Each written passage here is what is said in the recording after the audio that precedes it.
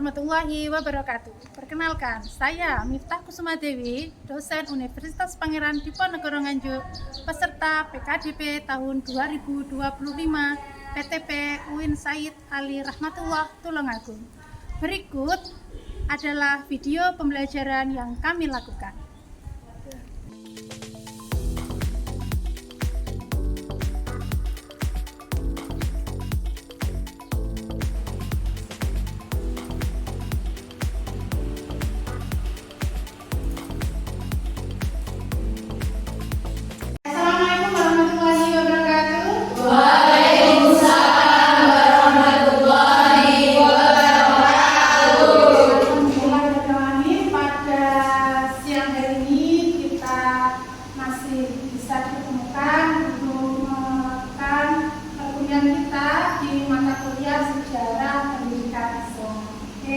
Untuk mengawali kuliah hari ini biar tidak ngantuk karena saya sudah jam berapa ya hari ini, biar tidak ngantuk begini.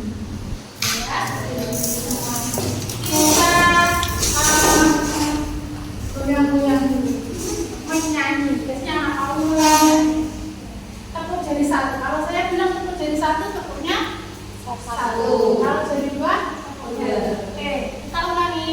Tepuk jari satu, tepuk jari dua, tepuk jari tiga, tepuk jari empat, tepuk jari. Oke, terus sekarang bernyanyi. Siapa tahu yang biasanya tepuk jari satu. Oke, ayo 1, 2, 3. Tepuk jari satu, tepuk jari dua, tepuk jari tiga, tepuk jari empat, tepuk jari lima, berbunyi semua. Ayo kawan-kawan, ayo kawan-kawan, kita belajar bersama. Oke, terima kasih. Silakan duduk semuanya. Sebelumnya kita akan dulu ya. Kita akan dulu. Nanti seperti biasa kata-katanya. Yang pertama Mbak Ikvina, oh hadir. Lalu Mbak Lailatul Insia hadir. Mbak Leti hadir. Mbak Maya Hadir, Mbak Nadia hadir tuh, oke. Mbak Nida hadir tuh. ada. Mbak Nurul. Hari ini kita lanjutkan ke sejarah pendidikan masa Abbasiyah. Untuk capaian perkuliahan hari ini yaitu bagaimana mahasiswa atau teman-teman semuanya mampu untuk mendeskripsikan mengenai fenomena yang terjadi terkait pendidikan, sejarah pendidikan masa Rasulullah sampai sahabat dan sampai masa kontemporer. Oke. Yang pertama terkait sejarah pendidikan masa dinasti Abbasiyah, kita ketahui dulu bahwa dinasti Abbasiyah itu berdiri pada tahun 750 Masehi sampai 150 Masehi ya. Kita belum lagi begitu. Lalu merupakan masa peradaban Islam dan pengetahuan dan pendidikan berkembang pesat masa itu dan pusat peradabannya berbeda. Yang jelas pada masa ini kita ketahui bahwasanya pendidikan Islam itu besar. Masa itu kenapa dikatakan besar? Karena dulu ilmu pengetahuan itu belum berkembang masa dinasti Umayyah. Lalu ketika masa Bani Abbasiyah sudah diperkenalkan terkait masa-masa Romawi. Selanjutnya lembaga pendidikan pada masa Abbasiyah ada beberapa yang sudah ada gitu kan. Kalau dulu masa Rasulullah hanya masih berupa rumah, lalu disebarkan dari beberapa mulut ke mulut, dan masa Abbasiyah ini sudah ada lembaganya. Lembaganya diantaranya ada masjid. Masjid itu tempat pendidikan dasar. Jadi di masjid itu tempat pendidikan dasar. Kalau sekarang ini bisa menjadi cikal bakal ya, cikal bakal terkait pendidikan yang ada di PAUD. Apa kurikulumnya ada ilmu agama, belum ada kurikulum kita, belum ada kurikulum 13 apalagi ya. Terus masa itu kurikulum kurikulumnya yang diajarkan adalah ilmu agama seputar tentang apa?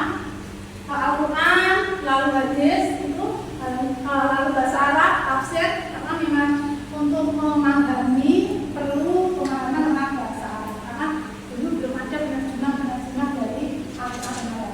Lalu ada ilmu umum, filsafat, metode dan juga metode hafalan ya teman-teman. Selanjutnya tokohnya, banyak tokoh yang terkenal. Kalau sekarang terkenalnya anak-anak itu ngertinya tokohnya apa? Racun gitu kan. Kalau sekarang ada, kalau dulu kan makanya ini perlu dikenalkan untuk anak-anak usia ini terkait tokoh sejarawan perkembangan pendidikan yang ada di Indonesia, ini terkait pendidikan Islam. Jadi anak-anak biar tidak hanya tahu Ramen, lalu apa lagi Filipin, atau tokohnya pahlawan itu apa? Transformer, tahunya kan kayak gitu. Biar enggak mereka pendidikan. Ada Harun al-Rashid dan Al-Maktoum itu adalah pendiri dari Filipina. Mereka berdua beliau itu merupakan khalifah yang dari Abbasiyah juga, karena beliau ilmu pengetahuan yang akhirnya bisa membesarkan atau menyebarkan agama ini dengan juga adanya ilmu pengetahuan. Pengaruhnya apa? Pengaruh pendidikan pada masa Abbasiyah itu yang pertama adalah pengaruh pendidikan Islam dan ini yang jelas mempengaruhi pendidikan masa Abbasiyah itu sangat berpengaruh sampai sekarang dan mewarisi metode ilmiah dan sistem perpustakaan yang belum tahu perpustakaan gitu, karena sudah banyak perpustakaan yang ada di kota.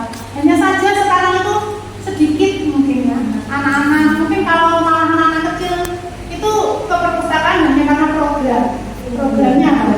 Program dari perpus kunjungan.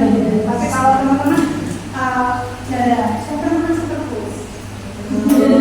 Ini perlu dikenalkan apa seperti mau anak kecil gitu dikenalkan.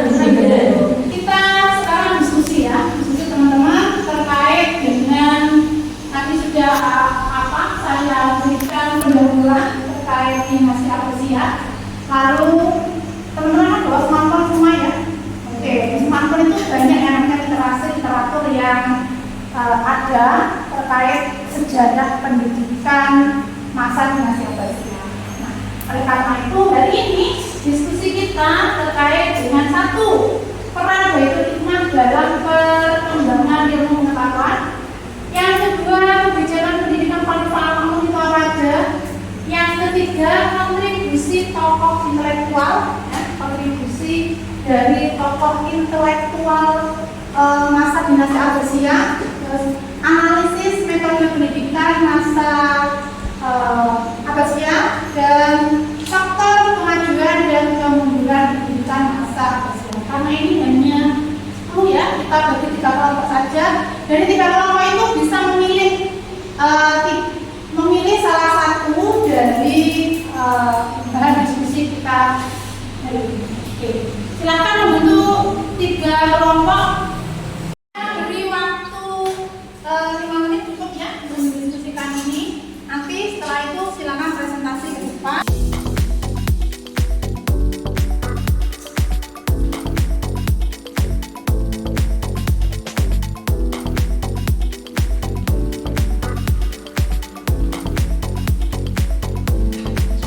Pilih yang apa ini? Yang mana?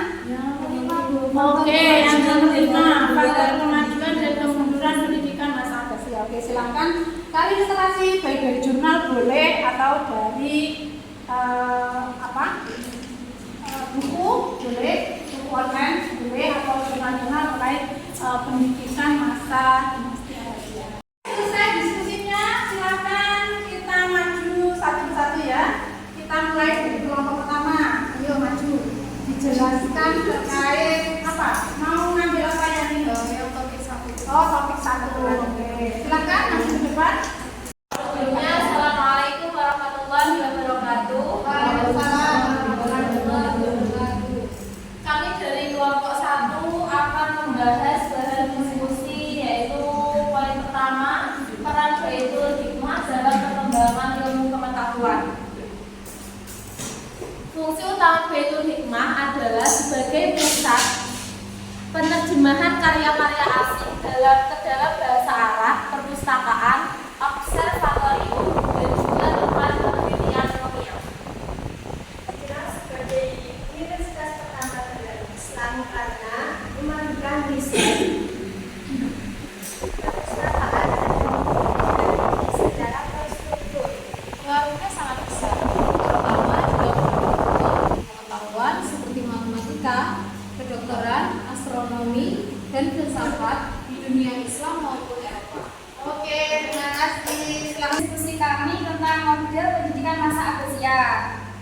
Ya, dari lembaga yang itu kutub yang ada kelebihannya yaitu dasar pembelajaran baca puisi dan Al-Quran. Terus kekurangannya terbatas pada anak-anak. Kalau dari majalah, untuk kelebihannya adalah lebih sistematis, terstruktur, fokus, dan tinggi. Untuk kekurangannya, kurang mengembangkan sains dan riset. Baitul Hikmah, kelebihannya itu multidisiplin, riset, penerjemah, terbuka. Kalau kekurangannya itu aksesnya terbatas pada kalangan ilmuwan elit. Kita akan mempresentasikan faktor kemajuan dan kemunduran pendidikan masa Abbasiyah. Kemajuan faktor pendidikan masa Abbasiyah: 1. Dukungan penuh khalifah terhadap pendidikan. Yang kedua, toleransi terhadap ilmu dari luar. Yang ketiga, pusat-pusat ilmu dibangun dengan fasilitas lengkap. Yang keempat, tradisi ilmiah dan intelektual yang kuat. Jadi pentingnya stabilitas politik, dukungan negara, dan semangat keilmuan untuk menjaga berhasilnya pendidikan. Demikian presentasi dari kami. Wassalamualaikum warahmatullahi wabarakatuh. Waalaikumsalam warahmatullahi wabarakatuh. Oke, terima kasih. Jadi terima kasih semuanya. Dari sini kajian hari ini kita bisa mengambil kesimpulan ya. Jadi yang namanya pendidikan pada masa Rasulullah, pada masa dinasti Umayyah, lalu pada masa Bani Abbasiyah, ini merupakan cikal bakal dari pendidikan Islam yang ada di dunia, khususnya yang ada di Indonesia. Oleh karena itu, teman-teman sebagai guru PAUD itu harus tahu bagaimana awalnya berdiri PAUD itu seperti apa. Dulu itu pendidikan PAUD itu seperti apa. Jadi ada kontekstual secara konteks yang ada di lapangan yang kita ketahui sebagai pendidik untuk mengetahui sejarahnya juga di awal itu seperti apa. Kesimpulan hari ini adalah masa dan Abbasiyah merupakan puncak kejayaan pendidikan Islam yang selalu kita sebut dengan Golden Age ya, masa kejayaan itu. Lalu merupakan perpaduan ilmu agama dan ilmu berkembang pesat dan kontribusi besar terhadap peradaban dunia. Jadi tidak boleh kita melupakan bagaimana sejarahnya pendidikan itu ada, bagaimana kita juga sebagai umat Islam mampu untuk berada di sini mengenyam pendidikan pada masa seperti itu, ya. Karena waktunya juga sudah habis, teman-teman. Oleh karena itu kita akhiri pertemuan pada siang hari ini dengan bacaan hamdalah bersama-sama. Alhamdulillahirabbil alamin. Oke, kita bertemu lagi next dengan pertemuan yang sangat menggembirakan. Saya akhiri. Wassalamualaikum